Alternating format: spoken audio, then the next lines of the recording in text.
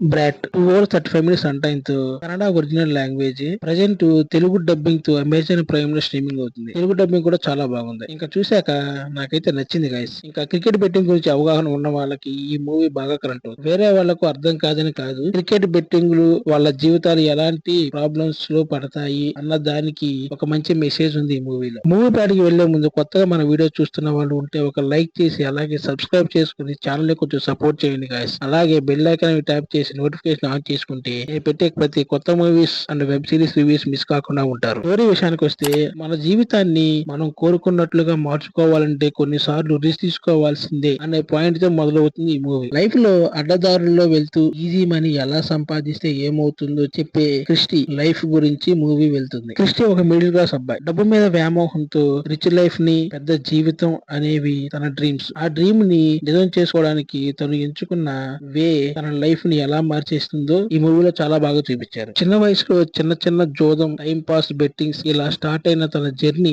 కొన్ని రోజులకు easy money సంపాదించడం మీద క్రిస్టీకి పిచ్చి పెరుగుతుంది. తను క్రికెట్ బెట్టింగ్ అనే డేంజరస్ వరల్డ్ లోకి వెళ్తాడు. ఆ టైంలో పరిచయం అవుతాడు డాలర్ మనీ, డ్రాగన్ మంజు. తను రావడం వల్ల క్రిస్టీ లైఫ్ లోనే ఓ పెద్ద టర్నింగ్ పాయింట్ వస్తుంది. ఒక పెద్ద బెట్ ఫెయిల్ అవ్వడం, బుక్కి కనిపించకుండా పోవడం, అక్కడ నుంచి క్రిస్టీ లైఫ్ డేంజర్ లో పడటం, ఈ పాయింట్స్ స్టోరీలో ఒక స్ట్రాంగ్ అండ్ టర్నింగ్ పాయింట్ అవుతుంది. ఇంకా క్రిస్టీ ఫాదర్ గా మహాదేవయ్య అచ్యుత్ కుమార్ మూవీలో ఒక కరప్టెడ్ ఇన్స్పెక్టర్ రవికుమార్ కింద పనిచేస్తూ ఒక నిజాయితీగా పనిచేసే వ్యక్తి కానిస్టేబుల్. తండ్రి నిజాయితీ, కొడుకు దురాశ, ఇలా వీళ్ళ ఇద్దరి మధ్య వచ్చే ఎమోషనల్ సీన్స్ సినిమాకి హార్ట్ లాగా నిలబడతాయి. మరి ఈ తండ్రి కొడుకుల మధ్య వచ్చిన ప్రాబ్లం ఏంటి, కొడుకు బెట్టింగ్ విషయం తెలుసుకున్న తండ్రి ఏం చేశాడు, తన తల్లి దగ్గర తీసుకున్న 5 లక్షలు ఏమయ్యాయి, వాళ్ళ ఫ్రెండ్ దేనికి సూసైడ్ చేసుకున్నాడు, అసలు ఆ బెట్టింగ్ వల్ల వీళ్లకు మనీ వచ్చిందా పోయిందా, లవర్ కి ఉన్న ఫైనాన్షియల్ ప్రాబ్లమ్స్ క్లియర్ చేస్తారని తీసుకున్న 5 లక్షలు ఏమయ్యాయి, ఇలా ప్రతి సీన్ మనీతో లింక్ అయ్యి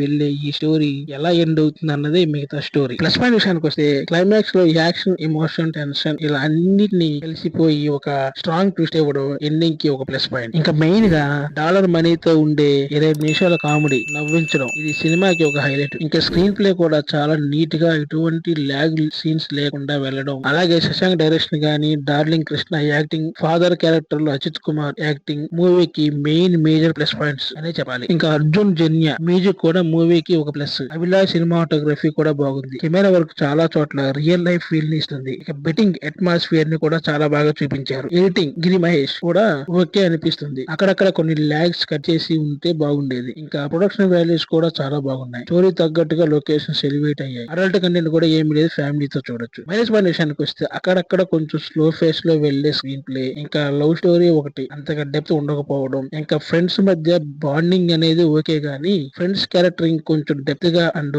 పెద్దగా ఇంపార్టెన్స్ అనేవి ఉండకపోవడం. ఈ మూవీ చూసేప్పుడు మాత్రం నాకు సత్యదేవ్ గారి బ్లఫ్ మాస్టర్ మూవీ గుర్తుకొచ్చింది. ఎలాగైనా మనీ సంపాదించాలి, అది ఏవే అయినా పర్వాలేదు అనే కాన్సెప్ట్. ఇంకా ఫైనల్ గా ఈ మూవీకి నా రేటింగ్ 3/5. Thanks for watching.